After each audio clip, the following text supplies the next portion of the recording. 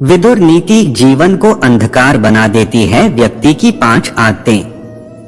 भारत में कई महान नीतिज्ञ हुए, जैसे भीष्म, विदुर, मनु, चरवाक, शुक्राचार्य, बृहस्पति, परशुराम, गर्ग, चाणक्य, भर्तृहरि, हर्षवर्धन, बाणभट्ट आदि अनेकों नीतिज्ञ हुए हैं।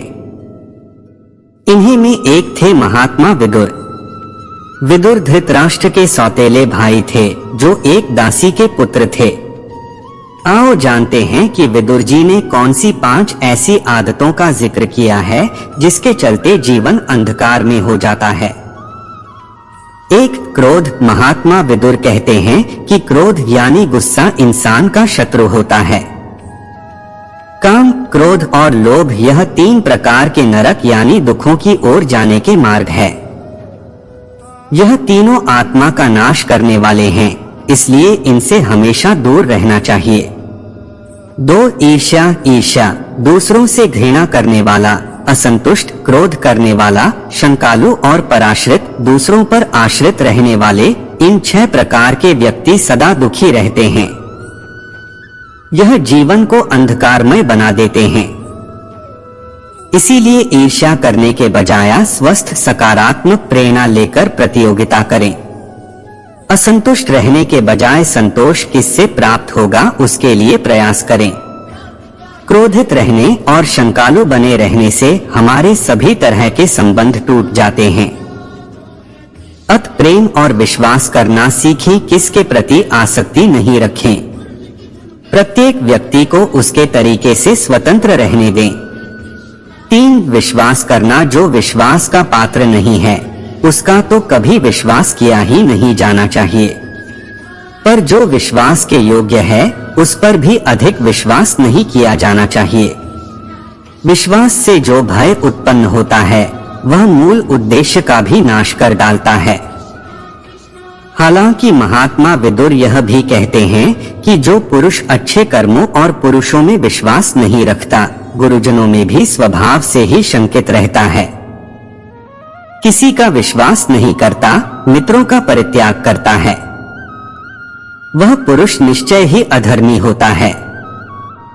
4. खुद की प्रशंसा करना। यह सही है कि हर कोई खुद की प्रशंसा करता है या करना चाहता है, परंतु यदि वह हमेशा ही ऐसा करते हुए दूसरों की निंदा भी करता है तो वह खुशहाल जीवन नहीं जी सकता, वह धीरे धीरे अंधकार में चला जाएगा।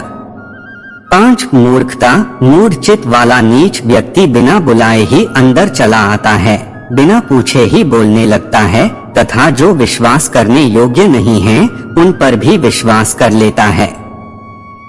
महात्मा विदुर कहते हैं कि व्यक्ति की यह आदत उसका जीवन बर्बाद कर देती है। जब कर्ण ने श्री कृष्ण से पूछा मेरा क्या दोष था, जरूर जानिए श्री कृष्ण का उत्तर। कर्ण ने कृष्ण से पूछा मेरा जन्म होते ही मेरी माँ ने मुझे त्याग दिया, क्या अवैध संतान होना मेरा दोष था? द्रोणाचार्य ने मुझे सिखाया नहीं क्योंकि मैं क्षत्रिय पुत्र नहीं था। परशुराम जी ने मुझे सिखाया तो सही, परंतु श्राप दे दिया कि जिस वक्त मुझे उस विद्या की सर्वाधिक आवश्यकता होगी मुझे उसका विस्मरण होगा, क्योंकि उनके अनुसार मैं क्षत्रिय नहीं था। केवल संयोगवश एक गाय को मेरा बाण लगा और उसके स्वामी ने मुझे श्राप दिया, जबकि मेरा कोई दोष नहीं था। द्रौपदी स्वयंवर में मेरा अपमान किया गया। माता कुंती ने मुझे आखिर में मेरा जन्म रहस्य बताया भी तो अपने अन्य बेटों को बचाने के लिए। जो भी मुझे प्राप्त हुआ है दुर्योधन से ही हुआ है, तो अगर मैं उसकी तरफ से लहू तो मैं गलत कहाँ हूँ? कृष्ण ने उत्तर दिया, कर्ण मेरा जन्म कारागार में हुआ। जन्म से पहले ही मृत्यु मेरी प्रतीक्षा में घात लगाए थी। जिस रात मेरा जन्म हुआ उसी रात माता पिता से दूर किया गया। तुम्हारा बचपन खड्ग, रथ, घोड़े, धनुष्य और बाण के बीच उनकी ध्वनि सुनते बीता। मुझे ग्वाले की गौशाला मिली, गोबर मिला और खड़ा होकर चल भी पाया, उसके पहले ही कई प्राणघातक हमले झेलने पड़े। कोई सेना नहीं, कोई शिक्षा नहीं, लोगों से ताने ही मिले कि उनकी समस्याओं का कारण मैं हूँ। तुम्हारे गुरु जब तुम्हारे शौर्य की तारीफ कर रहे थे, मुझे उस उम्र में कोई शिक्षा भी नहीं मिली थी।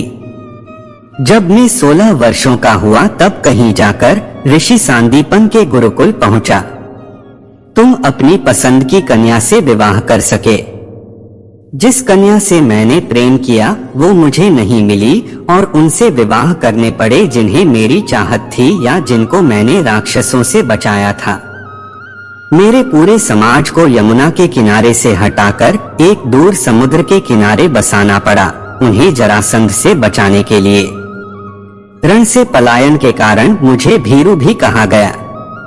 अगर दुर्योधन युद्ध जीतता है तो तुम्हें बहुत श्रेय मिलेगा। धर्मराज अगर जीतता है तो मुझे क्या मिलेगा? मुझे केवल युद्ध और युद्ध से निर्माण हुई समस्याओं के लिए दोष दिया जाएगा।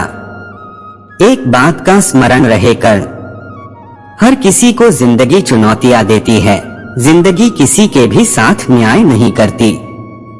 दुर्योधन ने अन्याय का सामना किया है तो युधिष्ठिर ने भी अन्याय भुगता है।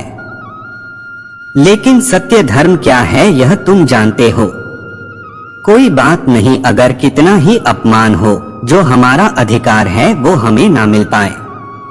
महत्व इस बात का है कि तुम उस समय उस संकट का सामना कैसे करते हो। रोना धोना बंद करो कर्ण, जिंदगी न्याय नहीं करती इसका मतलब यह नहीं होता कि तुम्हें अधर्म के पथ पर चलने की अनुमति है। प्रभु श्री कृष्ण की यह बातें आप लोगों को कैसे लगी कमेंट में जरूर बताएं। हमारा YouTube चैनल को लाइक, शेयर और सब्सक्राइब कर दीजिए। जय जगन्नाथ स्वामी नयन पथगामी भक्तों में।